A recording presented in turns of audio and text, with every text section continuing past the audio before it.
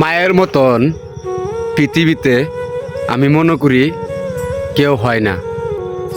মায়া আমারে বোঝা যে বাজান তুই এই পথে যাইস না, বাপে বোঝা বাবা তুই এই পথে যাইস না। আমি যে কিনলে বুঝি না, এটাই বুঝি না। বাপে কি দুন্দা, আমার মায়ে কি দুন্দা, না আমি নিজেই দুন্দা, আমি এটাও বুঝি না। খালি ধ্বংসর পথে যাইছি। যদি বাপে না হরে এদিকে যাইস না তেও যাই, মা যদি না হরে এদিকে যাইস না তেও যাই, তাহলে আমরা ধ্বংস হইতাম না? তো ধ্বংস হবে খেটা।